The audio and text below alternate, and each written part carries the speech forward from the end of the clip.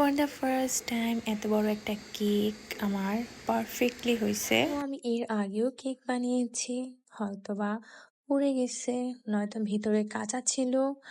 মানে আমি perfectly cake বানাতেই পারিনি, হয়তো অনেক সময় পারফেক্টও হয়েছে। যেহেতু আমি রান্না করতে পারি না, তো আমার কোনো না কোনো প্রবলেম ফেস করতেই হয়। তো হ্যালো এভরিওয়ান, সবাই চলে আসেন। আমি কি কি দিয়ে কেক বানিয়েছি এটাই আপনাদের সাথে আজকে শেয়ার করব। তো প্রথমে আমি নিয়েছি একটা বল, তারপর নিয়েছি 3টে ইগো বিস্কুট, চকলেট বিস্কিট, আর নিয়েছি 3টা ডিম, আর নিয়েছি আমি বেকিং পাউডার, আর নিয়েছি আমি ময়দা, আর একটা নিয়েছি ছোট্ট বাটি 1 কাপ পরিমাণ মতো।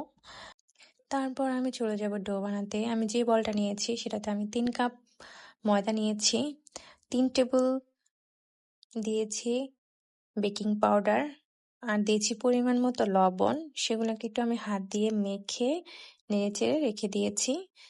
তো আমি রেখে দেওয়া 3টে বিস্কিট খুলে নিব। খুলে নেওয়া বিস্কিটগুলো থেকে আমি ক্রিমগুলো আলাদা করে নিব। তারপর আমি চলে যাব, রেখে দেওয়া বিস্কিটগুলোকে আমি ব্লেন্ডারে জারে নিয়ে নিব। তারপর আমি সেই বিস্কিটগুলোকে আমি ব্লেন্ড করে নিব।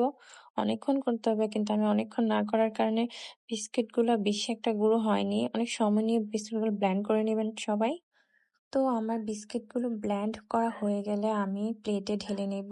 তারপর আমি সাইডে রেখে দেব। তারপর চলে যাব আমি রেখে দেওয়া ডিমগুলো ব্লেন্ড করার জন্য। যেহেতু আমার কাছে হ্যান্ড বিটার ছিল না, তা আমি 3টা ডিমই আমি ব্লেন্ডারে ভেঙে নিব। তারপর দিব 1 কাপ চিনি, তারপর দিব আমি 1 কাপ সয়াবিন তেল। তারপর আমি 3টা মিশ্রণই আমি ব্লেন্ড করে নিব। রেখে দেওয়া আমি ক্রিমগুলো এটার সাথে অ্যাড করে দিচ্ছি, একটু স্বাদ লাগবে সেজন্য। তো আমি 3টা মিশ্রণ একসাথে করে আমি ব্লেন্ডারে জারে ব্লেন্ড করে নিলাম। ব্লেন্ড করে নেওয়ার পরে আমি চলে গেলাম রেখে দেওয়া ময়দাগুলো একটা চালনিতে আমি চেলে নিব। তারপর আমি চকলেটগুলোও চেলে নিব, যাতে কোনো দানা দানা ভাব না থাকে। তারপর আমি চকলেটগুলো ময়দার সাথে মেখে নিব। তারপর আমি অ্যাড করে দিব 1 চামচ, 1.5 চামচ আমি গুঁড়া দুধ দিয়েছি, এটা বড় চামচের। যাই হোক, আমার কাছে যেহেতু লিকুইড দুধ ছিল না, আমি এটা দিয়েই কাজ করেছি, গুঁড়া দুধ দিয়ে। তারপর আমি ব্লেন্ডারে ডিম আর চিনির মিশ্রণটা আমি একটু একটু করে অ্যাড করে দিব।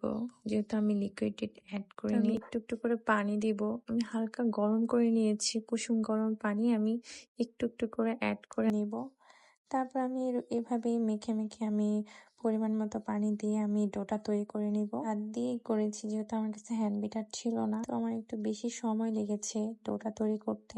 তো ফাইনালি আমার ডোটা তৈরি করা হয়ে গিয়েছে। তারপরে আমি যে পাত্রে আমি কেকটা বসাবো, সেটা আমি নিচে একটু আগে তেল মেখে নিব।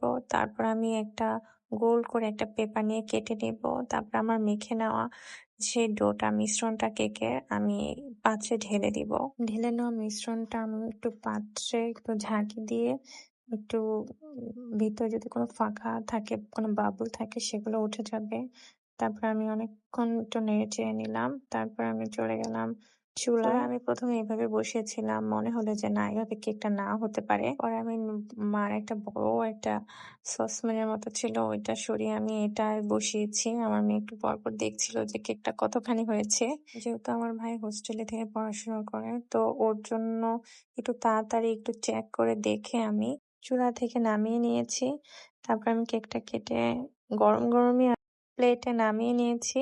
এখন আমার ননদ আর আমার মেয়ে ঝগড়া শুরু করেছে, কে কাটবে কে কাটবে। এর আগে আমার ননদ কেটে ফেলেছিল, তারপর বললাম তুমি এই পাশ দিয়ে, ও কেটেছে তা অন্য পাশ দিয়ে তুমি কাটো। ওদের কাটাকাটি শেষ হলে আমি সুন্দর করে পিচ পিচ করে কেটে আমি সবাইকে দিয়েছি। সবাইকে বলতে আমার মেয়ে খেয়েছে, ভাই খেয়ে গেছে, আবার একটু দিয়েও দিয়েছি। সত্যি কথা বলতে কেকটা অনেক সুন্দর হয়েছে, দেখতেও সুন্দর হয়েছে, খেতেও খুব মজা হয়েছে। সবাই অনেক পছন্দ করেছে। এর আগে আমি কেক বানিয়েছি, আমার প্রত্যেকবারই কেকে প্রবলেম হয়েছে। এটা সত্যি খুবই সুন্দর হয়েছে। যেহেতু আমার ভাই চলে যাচ্ছিল, তাই আমি গরম গরমই কেটে পিস পিস করে ওকে দিয়ে দিয়েছি, আর খেয়ে গেছে। আজকে এই পর্যন্ত, সবাই ভালো থাকবেন। যেহেতু ওর মামা চলে যাচ্ছে হোস্টেলে, তো আমার মেয়ে ওর মামাকে বিদায় দিয়ে দিল। তার মানে মামাদের প্রতি খুব ভালোবাসা, খুব আদর। সে মামাদেরকে খুব বেশি ভালোবাসে, মামারা ওকে খুব বেশি ভালোবাসে।